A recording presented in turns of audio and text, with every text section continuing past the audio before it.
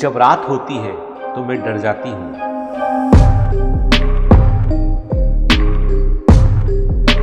जब बाहर जाती हूँ तो मैं सिहर जाती हूँ। ऐसे ही कितने डर रोज मुझे डराते हैं। हकीकत और सपने दोनों एक ही हो जाते हैं। कैसे संभालूं अपने आप को, कैसे वापस लाऊं अपने विश्वास को। पर आज कोई मुझे बतलाया, मुझे सब भूल आगे बढ़ जाना है। मुझे सब भूल आगे बढ़ जाना है। सफलता के मलहम से ही अपने घाव सुखाना है। सफलता के मलहम से ही अपने घाव सुखाना है।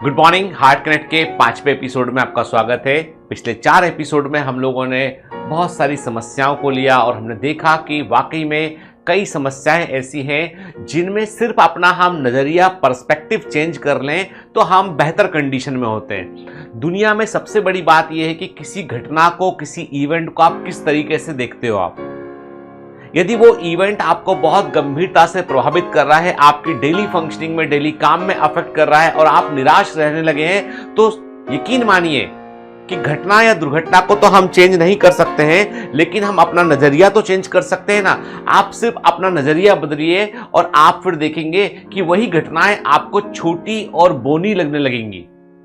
याद रखिए, किसी भी समस्या को हराने का सिर्फ एक तरीका है कि आप समस्या से बड़े बन जाइए। इतने बड़े बन जाइए कि समस्या छोटी नजर आने लगे आपको। यही एक तरीका है। समस्या जो है वो एक पुराने जमाने में कहते हैं ना कि एक ऐसा राक्षस हुआ करता था कि वो राक्षस जो है वो आपके डर की ताकत से अपने आप को बड़ा कर लिया करता था। जितना तुम डरोगे राक्षस उतना बड़ा हो जाएगा। जितना तुम्हारे मन में भय होगा राक्षस उतना बड़ा हो जाएगा। और डरोगे नहीं तो राक्षस छोटा हो जाएगा। कहते हैं कि जो भूत होता है, भूत भी वैसा होता है। आप कभी कोई ऐसी हॉरर मूवी देखिएगा, हॉरर मूवी में सबसे अधिक वो व्यक्ति को भूत परेशान करता है जो मन से कमजोर होता है, परेशान होता है और वो भूत में बहुत यकीन रखता है, तो उसके डर को ताकत पाता है भूत।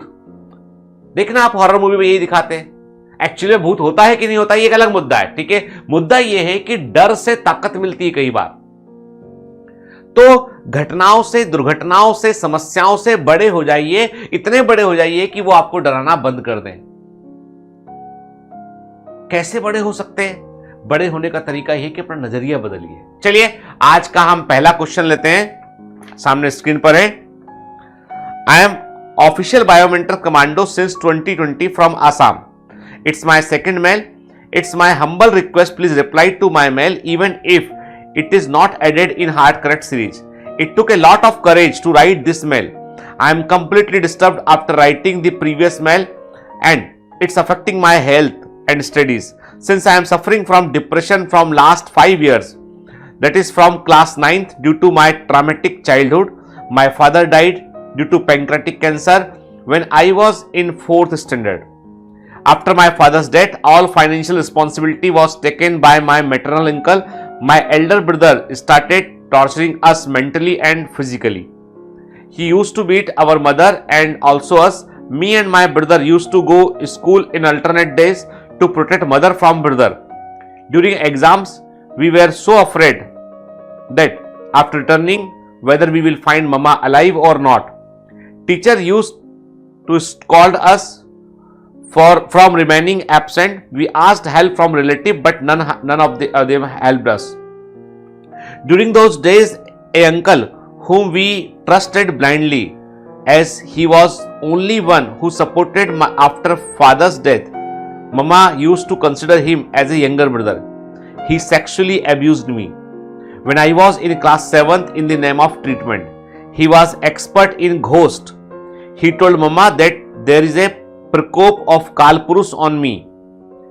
In the name of treatment, he used to take me near pond side at night and abused me several times. I was unable to understand what was happening, how to react, whom to approach. I started maintaining distance from him. Soon I started to stay ill. During that, I realized what was happening is wrong, and it's not my fault, as my mother started to call him to treat me. I told my mother everything. She said, you didn't say anything from so many years, and now what drama is this? Instead, she said it is a part of the process, and threatened me to go for treatment or else she would commit suicide. This devastated me. I started getting panic attacks. Hands keep on shaking and chest pains. I can't concentrate on study and feel guilty about it, which again worsen my condition. As a child, I was very sincere, determined to become doctor. I used to study hard to maintain my first rank to get consideration in school fees. Also, I used to take tuitions for children from class 7 to support my family. But now I can't even give my 50% efficiency. I can't sleep at night. I am underconfident and feeling myself as a loser. Please help me, sir. बहुत ही गंभीर issue पर बात हुआ यहाँ पर, और वह है ट्रॉमेटिक चाइल्डहुड एब्यूज। आप देखिए कि मैं बता रहा हूं आपको कि भारत का ये डेटा है कि कई जगह पे पुलिस इन्वेस्टिगेशन में भी मालूम चलता है कि मोस्ट ऑफ दी घटनाएं जहां पर कि बच्चों के साथ में सेक्सुअल एब्यूज होता है, वहां पर रिलेटिव या कोई जानने पहचानने वाला फैमिली फ्रेंड इन्वॉल्व होता है। तो मैं सभी पेरेंट्स को आगाह करता हूं कि आप किसी पे कितना भी भरोसा करते हो, लेकिन आपको सबसे पहले अपने बच्चों पर भरोसा करना सीखना होगा। आपके जो ब्लड रिलेशन में जो लोग नहीं हैं, वे लोग जो है समझ लीजिए आप कि वे लोग जो है कभी भी आपके परिवार में आपके बच्चों के लिए खतरा बन सकते हैं। तो प्लीज अपनी बेटी की बात सुनिए कि बच्चे जो बातें कहते हैं उनको उन पर ध्यान दीजिए। ये मैं पेरेंट्स को कहना चाहूंगा ये चीज। देखो बेटा, तुम्हारे साथ 7th क्लास में जो हुआ, जो घटना तुमने बतलाई है, उस घटना को आज की डेट में हम बदल तो नहीं सकते हैं, लेकिन ऐसे लोगों को की जीत कब होती है? जब हम कुछ हासिल नहीं कर पाते हैं, कुछ अच्छा बड़ा नहीं कर पाते हैं, और ऐसे लोगों को हम दंडित नहीं कर पाते, तो इनकी हिम्मत बढ़ती है। मैं आपसे ये बिल्कुल नहीं बोलूंगा कि अभी आप पढ़ाई छोड़कर जो है लड़ाई में आप आगे बढ़ जाए। मैं आपसे ये बोलूंगा कि पहले अपना कद बनाइए, अपने आप को इतना स्ट्रांग बनाइए कि ऐसे लोगों से आप दूसरी बच्चियों को बचा सके और आप अपने समाज को एजुकेट कर सके। आप लोगों के मन से ये जो भय है कि भूत का ट्रीटमेंट, काल पुरुष का प्रकोप है तो तालाब के किनारे ले गए, ये सब चीजें जो है वो कि समाज में जब लोगों के पास में जो है ज्ञान नहीं होता है ना, तो इन्हीं अंधविश्वासों के चलते दुनिया चल रही होती है। यानी गांव के अंदर आपको ऐसे कई लोग मिल जाएंगे जो इन चीजों में बहुत यकीन करेंगे और इसके लिए तमाम तरह की तंत्र विद्या का वो उपयोग करते हैं, और उस तंत्र विद्या की आड़ में कई बार गलत काम होते हैं। तो मेरी आपसे बेटा पूरी तरीके से आप जो कह रहे हैं मैं उस बात को समझ पा रहा हूं, लेकिन मैं वही बोलूंगा बेटा कि तुम्हारा डिप्रेशन उस आदमी की जीत होगी, तुम्हारा निराश होना उस आदमी की जीत होगी। क्या तुम चाहती हो कि वो आदमी कभी जिंदगी में जीत जाए? तुम चाहती हो क्या कि ऐसे आदमी को दंड ना मिले, ऐसे आदमी के सामने वो तुम्हारे सामने आंख उठाकर तुम्हें देखने की हिम्मत ना कर सके? क्या तुम ये नहीं चाहती हो? और तुम यदि चाहती हो तो तुम अपने आप को डिप्रेशन से बाहर निकालो, क्योंकि तुम्हारा डिप्रेशन उसकी जीत का आगाज है। मैं ये बात जानता हूं कि ऐसे जो लोग होते हैं ना, वो लोग सुधरते नहीं है। वो सिर्फ तुम्हारे साथ नहीं, उसने जाने कितने लोगों के साथ ऐसा कुछ किया होगा। ऐसे जो लोग होते हैं समाज पर कलंक है, इनको कठोर दंड की आवश्यकता है। लेकिन क्या होता है, हमारा समाज लड़की के ऊपर ही दोषारोपण करता है। वो लड़की को ही, मां ने बोला कि अब तक तुमने बोला नहीं, अचानक ये ड्रामा क्यों कर रही हो? अब कोई बच्ची यदि इस बात को कह रही है इतनी हिम्मत के साथ, तो उस बात पर यकीन करना चाहिए। और मैं कहता हूं, मान लो झूठ भी बोला है तो ऐसे आदमी को दूर कीजिए। जिस पर बच्चा यकीन नहीं कर रहा उसको दूर कीजिए। तो मैं बेटा वही बोलूंगा तुमसे, एक ही बात बोलूंगा कि इस पूरी घटनाक्रम के बाद तुमको और मजबूत बन के उभरना है। तुमको ये समझना अच्छे से कि तुम्हारी निराशा, तुम्हारी हार उसकी जीत होगी और उसको हराना है, और चाहे कुछ हो जाए उस आदमी को नतमस्तक कर देना है, उसे हराना है, और उसके लिए तुमको मजबूत बनना पड़ेगा। अपने करेज को इकट्ठा करके तुम्हें जो है पढ़ने में दोबारा आना पड़ेगा, क्योंकि आप पढ़कर ही कुछ हासिल कर सकते हैं। तुम मेहनत करो, अच्छी बड़ी डॉक्टर बनो, मेहनत करो, या तुम्हारा मन करे तो तुम आईपीएस बनो, बड़ी अफसर बनो, ऐसी अफसर बनो कि तुम्हारा मान सम्मान हो और ऐसे आदमी की तुम्हारे सामने कोई औकात ही ना हो। कभी किसी दूसरी बच्ची को टच करता है, ऐसा कोई भी व्यक्ति मिलता है, तो तुम इतना स्ट्रांग बनो कि तुम उसका स्ट्रांग अपोज करो और उस व्यक्ति को बिहाइंड द बार भेज सको, इतना स्ट्रांग बनो। गरीबी, मजबूरी और जो है वो क्या बोलते हैं, अंधविश्वास, ये ऐसे लोगों की ताकत होती है। इन लोगों को जवाब देने का तरीका यह है कि आप अपने आप को सक्षम बनाइए, संबल बनाइए, फिर देखिए ये लोग दुबक जाते हैं। ये चूहे होते हैं, सारे के सारे ये चूहे हैं, ये दुबक जाएंगे कहीं जाकर। तो बेटा मैं वही बोलूंगा कि तुम उसको ताकत मत दो। तुम don't be depressed and under estimate yourself. Durga बनो, दुर्गा बनो। तुम उस देश में हो जहां पे जो है वो देवियों को पूजा जाता है। देवी बनो, दुर्गा बनो, ताकतवर बनो। ताकत का प्रतीक होती है दुर्गा, वो बनो बेटा। चलिए नेक्स्ट प्रॉब्लम लेते हैं। I love my parents and family, but sir जब मैं मॉक टेस्ट देती हूं तो उन्हें बार बार मॉक टेस्ट का स्कोर पता लगा वो बार बार मॉक टेस्ट का स्कोर पता लगाते हैं मेरे से, जो मेरे लिए बहुत इरिटेटिंग लगता है। इरिटेटिंग इसलिए नहीं लगता है कि मेरे मार्क्स कम आते हैं, सब मॉक टेस्ट स्कोर जानकर कंपेयर करना स्टार्ट कर देते हैं कि मेरा इस साल सिलेक्शन होगा कि नहीं। इसलिए मेरा एक अजीब सा एंजाइटी और डर है। सर मैं और ज़्यादा एफर्ट करना चाहता हूं और मेरा स्कोर बढ़ा सकती हूं, ये मेरे को यकीन है, बट मेरा दीदी, पेरेंट्स इतने लोगों के साथ मेरे को कंपेयर करता है कि हमेशा कॉन्फिडेंस लो हो जाता है। इसलिए मैंने डिसाइड करा है कि आज से किसी को मॉक टेस्ट स्कोर नहीं बताऊंगी। मेरा डिसीजन सही है या गलत बता दीजिए। I love you sir and also बायोमेंटस फैमिली, थैंक यू सर। मुझे लगता है ये मेल जो है वो नॉर्थ ईस्ट से या वेस्ट बंगाल से कहीं से लिखा गया है ना, जो लैंग्वेज उसके अकॉर्डिंग। देखो बेटा, डिसीजन कि आप मॉक टेस्ट का स्कोर किसी को नहीं बताएंगे, ये सही है कि गलत है? मैं कहता हूं कि यह डिसीजन सही नहीं है। ठीक है, यदि आपको किसी को मॉक टेस्ट का स्कोर बता रहे हो तो आपके ऊपर एक दबाव आ रहा है कि भाई मेरा स्कोर 580 आया है, 540 आया है, और घर वाले बोल रहे हैं कि भाई सिलेक्शन होगा या नहीं होगा। तो देखो बेटा, कई बार क्या होता है, कई बार हम प्रेशर को नेगेटिव वे में लेते हैं। मैं कहता हूं कि मैं हमेशा जो है इस बात में यकीन करता हूं कि यदि मान लीजिए आपका स्कोर कम आ रहा है, बता दीजिए। एक नहीं 10 लोगों को बता दीजिए। वो 10 लोग तुमसे बोलेंगे यार कैसे सिलेक्शन होगा, उस चीज को दिमाग में बात को घुमाइए और ज्यादा पढ़िए, अगली बार स्कोर बेहतर करने की कोशिश कीजिए। घर वाले बुरे नहीं है, वो तुम्हारे सिलेक्शन की चिंता कर रहे हैं, तुम दबाव में आ रही हो क्योंकि तुम उस एक्सपेक्टेशन से पीछे हट चल रही हो, इसलिए तुम दबाव में आ रही हो। देखो मैं सच बात बोलूंगा यहां पर कि यहां पर तुम उनको दोषी बना के तुमसे स्कोर क्यों पूछा, तुम्हारी कंपेयर, क्योंकि मैं बोलूंगा कि वो बिल्कुल सही नहीं कर रहे हैं ना, उनमें गलती है कि वो तुम्हारा कंपैरिजन करते हैं कि ऐसा हो गया तो क्या होगा, इतने नंबर आए तो क्या होगा, क्योंकि उनको उम्मीदें हैं। कंपैरिजन उस आदमी का कभी नहीं होता है जिसकी कोई वैल्यू नहीं है, तुम्हारी वैल्यू है इसलिए तुम्हारा कंपैरिजन करते हैं वो, तो उनको गलत मत समझो। हाँ, उनका तरीका तुमको हर्ट कर सकता है, लेकिन तुम उनको चौंका दो। वो तुम्हें हर्ट करते, तुम उनको चौंका दो। चौंका कैसे सकते हैं? अच्छा स्कोर लाके, मॉक टेस्ट में ना सही मेन एग्जाम में कोशिश करो मॉक टेस्ट में अच्छा स्कोर आए, थोड़ा मेहनत करो। इस बात को लेकर डिप्रेस होना, परेशान होना, इरिटेट होना नहीं, उसको लाइटली लो दिमाग में कि यार जो बोल रहे हैं वो तो मेरे भले के लिए बोल रहे हैं ना। यदि मैं तुमसे कहता हूं स्कोर कम क्यों, कैसे सिलेक्शन तुम्हारा होगा, और एक सर तो बहुत गंदे, सर तो गंदे गंदे गंदे, तो ऐसे काम नहीं चलेगा। तुम उनको चौंका दो। तुम ये सोचो कि ये they are the well wisher, वो मेरी बेहतरी के लिए मुझसे बार बार नंबर पूछते हैं, मुझे कोशिश करनी पड़ेगी, है ना। तो जाहिर सी बात है बेटा कि कई बार दबाव को मैंने कहा ना, नजरिया बदल लो उसका। कोई भी घटना घटती है उसका लिए आप सोचने का पर्सपेक्टिव चेंज करो। तुम सोच रही हो कि मेरे को कोई कुछ बोले नहीं, मैं किसी को कुछ बताऊं ना, और मेरा क्या चल रहा है जिंदगी में ये सिर्फ मेरे तक सीमित रहे। नहीं, परिवार है, पूछ रहे नंबर, क्या बुरा कर रहे हैं। आप तो मेरे पापा की तरफ से बोल रहे हो, उनके वकील हो क्या?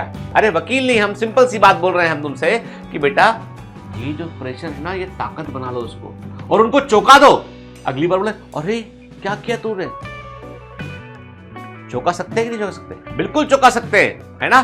ताकत बना लो और उसे चैलेंज के तौर पर, चुनौती के तौर पर उसको स्वीकार करो बेटा, ठीक है ना। कोई डरने वाली बात नहीं, कोई डिप्रेशन वाली बात नहीं इसमें। इसको अवॉइड करो, लाइट हाइट माइंडेड लीजिए इसको कि हाँ भाई नंबर ही तो पूछ रहे हैं, क्यों पूछ रहे हैं, नंबर कम आ रहे हैं, ठीक है कोई बात नहीं, मेहनत करूंगी, अच्छे नंबर आएंगे। तो बताऊंगी जाके खुद, एक दिन खुद जाके बताओ, उठो पापा 620 नंबर आए, उठो पापा 660 नंबर आए, पिताजी कहाँ गए मम्मी 720 नंबर आए।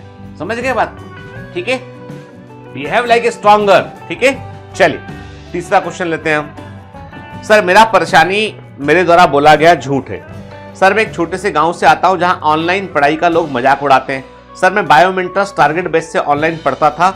घर वाले ऑनलाइन पढ़ाई होती है क्या, पूरे दिन क्या देखते हो, ऑनलाइन से कुछ नहीं होता, बहुत सारे भद्दे भद्दे बातों से मजाक उड़ाया करते थे। घर से बाहर शहर आ गया, ऑनलाइन ही पढ़ाई करता था। वो जब बात करते थे तो मजाक उड़ाया करते थे, इसलिए मैं उन लोगों से बोला कि मैं अब ऑफलाइन पढ़ता हूं। जिस शहर में मैं रहता हूं वहां अच्छे ऑफलाइन कोचिंग नहीं था, इसलिए बड़े शहर का नाम, बड़ा कोचिंग का नाम बताकर ऑनलाइन ही पढ़ता रहा। सर पिछले कुछ दिनों पहले मैं गंभीर रूप से डेंगू से प्रभावित हो गया। मेरे पास इतनी भी हिम्मत नहीं बची थी कि मैं घर जा सकूं। दिवाली का टाइम था, मेरे फ्लोर के बच्चे भी गए थे, मुझे कोई देखने वाला नहीं था। अपने झूठ के कारण किसी को बुला भी नहीं सकता था। फिर भी मैं किस तरह घर पहुंचा। अब मैं रिकवर हो गया हूं, पर कुछ ना कुछ होते रहता है, जैसे बॉडी पेन, फीवर। अब मैं अपने झूठ के लिए रिग्रेट फील कर रहा हूं, क्या करूं सर? मैं अपनी गलती मानता हूं, मुझे झूठ नहीं बोलना चाहिए था, पर उन लोगों के तानों से डिमोटिवेट हो जाता था। अब मैं क्या करूं? सच बता दूं, मैं वही हूं जहां छोड़कर गए थे आप, और ऑनलाइन ही पढ़ता हूं। सच बताने के बाद क्या मुझे घर वाले झूठ बोलने के लिए माफ करेंगे? क्या मुझे और पढ़ने दिया जाएगा या घर की 4 दीवारों में कैद कर दिया जाएगा? अपने झूठ को अपने तक रखूं और पढ़ाई पर ध्यान दूं। अब देखो बेटा, यहां पर एक बहुत बड़ा वायस सामने आता है कि मैंने कहा कि अचानक से पूरे भारत में यह माहौल बन गया है कि ऑफलाइन पढ़ाई होती है, ऑनलाइन नहीं होती। अचानक से ये वही भारत देश के नागरिक है जो साल के 3 साल तक है ना, 2020, 2021, 2022 के शुरुआती दौर में ऑनलाइन पढ़ रहे थे। बायोमेंटर जैसी क्लासेस ने ऑनलाइन में भी हजारों सिलेक्शन दिए। बायोमेंटर से हजारों बच्चे पढ़े, हजारों सिलेक्शन भी बायोमेंटर से हुए, और बायोमेंटर्स आज से नहीं बहुत पहले से काम कर रहा है। लेकिन ऑफलाइन कोचिंग इंस्टीट्यूट का अपना एक मार्केटिंग का जाल है। वो इतना स्ट्रांग मार्केटिंग करते हैं कि ऑनलाइन इंस्टीट्यूट वाले कहां कर पाएंगे वो, क्योंकि फीस इतनी है, एक सवा लाख फीस लेते हैं। फिर आप हॉस्टल के खर्चे आपको उठाने पड़ते हैं। यहाँ घर रह के आप अपने कंफर्ट से पढ़ रहे होते हैं, वहाँ हॉस्टल में रह के तमाम तरह की समस्याओं को झेलते हुए आप पढ़ रहे होते हैं, और कई सौ बच्चों की भीड़ में कई बार आप डिप्रेस होते हैं, कई बार आप अपने लक्ष्य से भटक भी जाते हैं। ऑफलाइन इंस्टीट्यूट जो है वो बुरे नहीं है, लेकिन ऑनलाइन इंस्टीट्यूट जो है वो भी बुरे नहीं है। अब किस बच्चे को किससे पढ़ना है, ये तो बच्चे का डिसीजन होना चाहिए। मैं बिल्कुल कहता हूं आपसे कि यदि आप अफोर्ड कर पाते हैं तो आप चले जाइए ऑफलाइन क्लास। और लेकिन मैं फिर भी कहता हूं, जो बच्चा बायोमेंटर से जुड़ा है ना, वो कई दुनिया में कहीं भी पहुंच जाए, वो अपनी जड़ें, अपने बायोमेंटर्स को कभी नहीं भूल पाएगा। ये दिल का कनेक्शन है। बायोमेंटर्स जो है वो वास्तव में जो है वो कोई ऑनलाइन इंस्टीट्यूशन नहीं है, बल्कि एक कल्चर का हिस्सा है। एक प्रकार से वो एक तरह का दिल के अंदर, दिमाग के अंदर होने वाला एक क्रांति है। अब तुम्हारा जो झूठ है उसको लेके तुम परेशान चल रहे हो। अरे भाई, झूठ सच से का क्या मतलब? तुम पढ़ाई करो, सिलेक्ट होकर दिखाओ उनको। तुम क्यों दिल पर इतना बड़ा बोझ ले लियो? ठीक है, तुम सच बोल दो उनको और बतलाओ कि भाई जहां से हम पढ़ रहे हैं वो कोई मामूली इंस्टीट्यूट नहीं है, वहां से हजारों बच्चों के सपने पूरे हुए हैं। और यदि किसी बात का तुम्हें डाउट है उनको, घर वालों को, तो बोलो कि बंबई आके मिले मुझसे बंबई आके मिलिए। देखिए ना, जिंदा लोग हैं, पढ़ा रहे हैं, काम कर रहे हैं, मेहनत कर रहे हैं, कोई हवा में थोड़ी ना काम चल रहा है। आपको डिसिप्लिन होना पड़ेगा, लेकिन ऑनलाइन इंस्टीट्यूट में सेल्फ डिसिप्लिन का बहुत मायना है। यदि आप सेल्फ डिसिप्लिन नहीं है तो ऑनलाइन इंस्टीट्यूट कोई फायदा नहीं देगा आपको। ऑफलाइन इंस्टीट्यूट में क्या 100% बच्चा सिलेक्ट जाता है? कोटा के अंदर इस समय 3 लाख से अधिक बच्चा है, हॉस्टल फुल भरे हुए हैं, हॉस्टल में जगह नहीं है, बहुत हायर रेट पर हॉस्टल है। 3 लाख से ऊपर बच्चा कोटा के अंदर, अकेले के अंदर इस समय। क्या पूरा 3 लाख बच्चा सिलेक्ट हो जाएगा? इतनी सीटें नहीं है, इसका मतलब भोपाल के अंदर पढ़ने वाला व्यक्ति व्यर्थ है, जो जबलपुर पढ़ रहा है वो व्यर्थ है, जो आसाम में पढ़ रहा है वो व्यर्थ है, किसी काम का नहीं है। लेकिन जब रिजल्ट सामने आएगा ना, पूरे देश से सिलेक्शन होगा, अकेले कोटा से नहीं होगा। ये बात आप लिख कर ले लीजिए। क्या 3 लाख बच्चा पूरा निकल जाएगा? क्या ऑफलाइन इंस्टीट्यूट गारंटी लिखकर गारंटी देते हैं कि वहां एडमिशन लेने पर बच्चा निकल जाएगा? नहीं ना। तो फिर किसकी ताकत है? वो बच्चे की अपनी खुद की ताकत है। उस बच्चे को ही लोग जो है वो ट्रैप कर रहे हैं, ल्यूर कर रहे हैं। तो मैं कहता हूं इस ऑनलाइन ऑफलाइन के झमेले से बाहर निकलिए। ये देखिए कि शिक्षक कौन अच्छा है जिसकी बात तुमको समझ में आ रही है, कौन टीचर अच्छा है जिसकी बातें तुम समझ पा रहे हो, और तुम उस बातों को समझकर फिर यदि तुम समझ पा रहे हो, तुम क्वेश्चन कर पा रहे हो, तुम कहीं से भी निकल जाओगे। कोचिंग इंस्टीट्यूट की आवश्यकता भी नहीं है यदि आप किताब को समझ पा रहे हो। There is no need of any coaching classes. यदि आप वास्तव में एनसीईआरटी की बुक को समझ पा रहे हैं तो भी आप एग्जाम निकाल लेंगे। मेरी वाइफ जब पढ़ा करती थी यूपीएससी के लिए, भोपाल में थी, वो सेल्फ स्टडी किया करती थी वो, तो लोग बोला करते थे कि यूपीएससी का एग्जाम नहीं निकलता है भोपाल से, दिल्ली जाना पड़ेगा। दिल्ली जाओ, मुखर्जी नगर जाओ, वहां जाकर आपकी कोचिंग क्लासेस के नाम थे उस जमाने में कि भैया आपका ज्योग्राफी सब्जेक्ट है, शशांक एटम के पास जाके आप के सिद्धार्था के पास जाके ज्योग्राफी पढ़िए, शशांक एटम के पास जाकर जीएस पढ़िए, और आपको जो है वो पब्लिक एडमिनिस्ट्रेशन है, भवानी सिंह के पास जाके पब्लिक एडमिनिस्ट्रेशन पढ़िए आप, ठीक है, और इस क्लास के लिए वहां जाइए। ऐसे पूरा बना के देते थे कि भाई दिल्ली जाओ, यहां एडमिशन ले लो। मेरी वाइफ बोली मेरे पापा अलाउ नहीं करेंगे और मैं इतनी दूर नहीं जाऊंगी। बीए कर रही थी वो, फाइनल ईयर में थी, भोपाल से बैठे बैठे अपने सरोजिनी नायडू गर्ल्स कॉलेज की लाइब्रेरी में बैठ के पढ़ते पढ़ते पहले अटेम्प्ट में एग्जाम फोड़ दिया, इंटरव्यू तक सीधे गए, नेक्स्ट अटेम्प्ट में फाइनल सिलेक्शन। पहले अटेम्प्ट में इतने नंबर थे जो सेकंड अटेम्प्ट के नंबर के बराबर ही थे, लेकिन सिलेक्शन क्यों नहीं हुआ? क्योंकि सीटें बहुत कम थी, 200 वैकेंसी निकली थी। अगली बार जैसे 300-400 वैकेंसी निकली अंदर, she was selected for IPS, Indian police service के लिए सिलेक्ट हुई, लेकिन फिजिकल होता है वहां पे कई सारा, उसकी ट्रेनिंग थी नहीं, तो फिर उनको जो है वो उन्होंने आईआरएस के लिए ऑप्ट किया। ये कहानी मेरी खुद के घर की है। मैं जब सिलेक्ट हुआ मेडिकल के लिए तो लोग कहते थे कोटा जाओ, कोटा जाओ, कोटा जाओ। अरे हमने काम विदिशा रह के पढ़ेंगे, अपने प्रोफेसर से पढ़ा करते थे, साइकिल से जाया करते थे, सुबह सुबह पढ़ा करते थे, वहीं बैठे बैठे फोड़ दिया एग्जाम। जो कोटा गए बैरंग लौट के आ गए। क्या किया कोटा में तुमने? कचौड़ी खाई कोटा में, कोटा में दोस्त बनाए हमने, ये सीखा वो सीखा। सारे के सारे कई लोग बेरंग लौट के आएंगे। वो लिफाफा होता है ना, घूम फिर के वापस अपने घर पे आता है, कई बार सही जगह पे डिलीवर नहीं होता। तो तुम्हें क्या लगता है? अरे तुम अपने आसपास पॉजिटिव एग्जांपल देखो ना। घर वालों के झूठ को लेकर इतना दिल पे लगा के बैठ के मैंने झूठ बोल दिया, गलत कर दिया। अरे भाई, तुमने यदि ऑफलाइन के पैसे लेके खर्च कर दिए हैं तो फिर तुम झूठे हो बहुत बड़े। तुमने यदि ऑफलाइन की फीस नहीं ली उनसे और तुम ऑनलाइन ही पढ़ रहे हो शुरू से, तो कोई दिक्कत नहीं बेटा, पढ़ो और रिजल्ट करके तुमको गलत सिद्ध करके दिखाओ। टेल देम कि भैया मैं मेहनत कर रहा हूं, ठीक है, मेरी रिस्पॉन्सिबिलिटी है। क्योंकि तुम यदि यहां पढ़ के भी, देखो वही तो पढ़ा रहे, जो वहां पढ़ा रहे वो यहां पढ़ा रहे। डिसिप्लिन में तुमको काम करना है, चौंका दो निकल कर उनको। लेकिन यदि आपने ऑफलाइन के 1.25 लाख रुपए घर से लेकर आए हैं और वो खर्च कर दिए हैं और आप ऑनलाइन पढ़ रहे हैं, तो बेटा फिर गलती है। फिर तो आपको अपने सच को बताना पड़ेगा। घर वाले यकीन भी नहीं करेंगे कितनी बात, ठीक है? समझ रहे मैं आपसे क्या बोल रहा हूं? मैं आप पर कोई आरोप नहीं लगा रहा हूं, मैं आपको कंडीशन बता रहा हूं। कई बच्चों ने क्या किया कि उन्होंने ऑनलाइन ऑफलाइन इंस्टीट्यूट के पैसे लेके, घर वालों से पैसे लेके कहीं पहुंच गए, वहां पहुंच के उन्होंने ऑनलाइन एडमिशन लिया और ऑफलाइन के पैसे पूरे खर्च कर दिए। वो चीज ठीक नहीं है।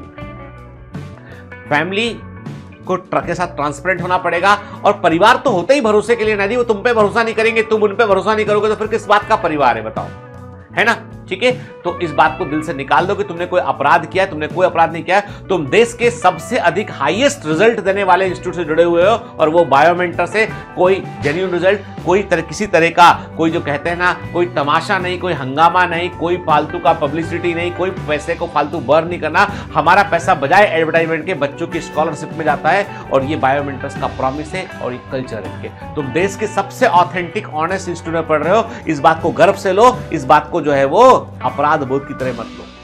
चलिए नेक्स्ट समस्या लेते हैं। चलिए आज का आखिरी क्वेश्चन बड़ा इंटरेस्टिंग है। Hello sir, I am your official commando. Sir, अभी कुछ दिन पहले मुझे एक लड़की ने प्रपोज किया। मेरा दिल और तुम हो। बट मैंने उसे साफ साफ बोल दिया था कि मैं अब इंटरेस्टेड नहीं हूं, क्योंकि अब बोर्ड भी आ रहे हैं और फिर नीट भी है। आज भी तू आया ना, तू आना कल भी नहीं। बट उसने बोला कि एज ए फ्रेंड बात कर सकते हैं, तो उससे कभी कभी बात होती है स्टडी रिलेटेड। बट फिर कुछ दिन पहले एक लड़की ने मुझे दोबारा प्रपोज किया। कहा है यार, तुमसे मोहब्बत हो गई तो मान क्यों नहीं लेते हो? मैं तुमसे कह रही हूँ कि हाँ हो गई है मोहब्बत, अब हो गई है तो हो गई है ना, कुछ कर तो नहीं सकते अब इसका। मैं अब क्या करूं? मैंने दोनों को मना कर दिया क्योंकि मैं थोड़ा भी डिस्ट्रैक्ट होना नहीं चाह रहा था। क्या बात है सर, क्या बात है सर, क्या बात, ये बात है। बट ये सब बार बार मन में घूमता रहता है। अब भाई तुम्हारा मेल पढ़ने के बाद हमारे इस एपिसोड को देखने वाले कई सारे लड़के घनघोर डिप्रेशन में चले गए। तुम्हारे इस मेल को पढ़ने के बाद जितने लड़के इस वीडियो को देख रहे हैं वो घनघोर डिप्रेशन में चले गए कि यार हमको तो कोई पूछता भी नहीं है, ये बंदा जो है इसको 2 बार लोगों ने प्रपोज किया और ये डिस्ट्रैक्ट भी नहीं हो रहा। भाई साहब, हमारी पूरी टीम, जिस कंटेंट टीम ने ये निकाला है पूरा वीडियो द्वारा मेल, वो तुमसे मिलना चाहती, तुम्हें देखना चाहती कि तुम हो कौन, कहां से आते हैं ऐसे लोग, कौन हो तुम, कहां हो तुम, ठीक है? तुम क्या वाकई में मतलब मैं अभी कभी मान लो मेरी मुलाकात होती है तो सलमान खान भी मुझसे पूछेगा कि भाई ये है कौन बंदा, मैं तो नाम बनाने के बाद मेरे तरफ लोग अट्रैक्ट हुए, ये बंदा कौन है? तो भाई साहब तुम चमत्कारी पुरुष हो। तुम ऐसा तो अपने जीवन में कभी नहीं घटा। खैर, अब हम मुद्दे पे आते हैं। मुद्दा ये है बेटा, देखो ऐसा है, तुम 12th में हो, नीट की तैयारी कर रहे हो, तो तुम्हें इन बातों पे सोचना ही नहीं है। अभी तुम इमैच्योर हो, अभी तुम कुछ भी सोच लोगे ना तो उससे कुछ हासिल कुछ भी नहीं होगा उससे, है ना? तात्कालिक मजे के लिए लॉन्ग टर्म नुकसान अपना नहीं करना है, यानी इमीडिएट बेनिफिट के लिए लॉन्ग टर्म बेनिफिट को अवॉइड नहीं करना। अभी पढ़ने पे फोकस कीजिए, सब बातें व्यर्थ है, इनको अवॉइड कर दीजिए। और यदि आपको लगता है कि ऐसा कोई आपको चाह रहा है और दुनिया टूट पड़ रही है आपके ऊपर, तो इंतजार कीजिए भैया, अभी तो क्या, अभी तो शुरुआत हुई अपनी, ठीक है? फिर थोड़ा कुछ हासिल करते हैं। और जब अपन इतने सक्षम हैं तो मेडिकल कॉलेज तक पहुंचते हैं, तो भैया ऐसा है कि क्राउड जो है, तुम पर मरने वाला क्राउड भी बदल जाएगा फिर, ठीक है? डॉक्टर बनो, बड़े डॉक्टर बनो। क्या भरोसा, एक दिन किसी बड़े फिल्म स्टार की बेटी से, ऐश्वर्या राय की बेटी से, किसी से भी, XYZ, मैंने ऐसे कोट किया नाम, किसी को मैं कोट करना, ऐसे मैंने एक रेफरेंस के लिए नाम लिया। भाई हो सकता है कोई बड़ी सुपर मॉडल वो बोले आके तुमसे कि मेरे बंटी, तुमको मैं ढूंढ रही थी सदियों से, तुम थे कहां? बंटी के लिए स्वयंवर का आयोजन करना पड़े, ये भी हो सकता है कि तमाम देशों की विश्व सुंदरियां जो है वहां पे आए और बोले भी बंटी बाबू जे ही चाहिए बस हमको, ठीक है? समझ गए बात को? तो आज का ये मेल जो है वो टीम ने सेलेक्ट किया, तो बड़ा इंटरेस्टिंग मेल है। बस मेरी बात का बुरा मत मानना, मैं एक जो है हल्के मूड में तुमसे ये बात कह रहा हूं। मैं बोल रहा हूं बेटा, भी पढ़ने पर तू बिल्कुल सही कर रहा है, पढ़ने पर ध्यान फोकस कर अपना। आज देखो, life is full of choices, choose carefully, ठीक है? और मान लो ऐसा तुमको सच में, मतलब मेरे को तो पता नहीं क्यों डाउट होता, लेकिन ये कि ऐसा सच में भी यदि है तो ठीक है बेटा, है ना? अपना पढ़ने पर फोकस करते हैं, ठीक है? चलिए, आज हार्ट कनेक्ट में इतना ही, पर बंटी बाबू तुमसे मिलना सब लोग चाहते हैं अब, ठीक है? Bye bye.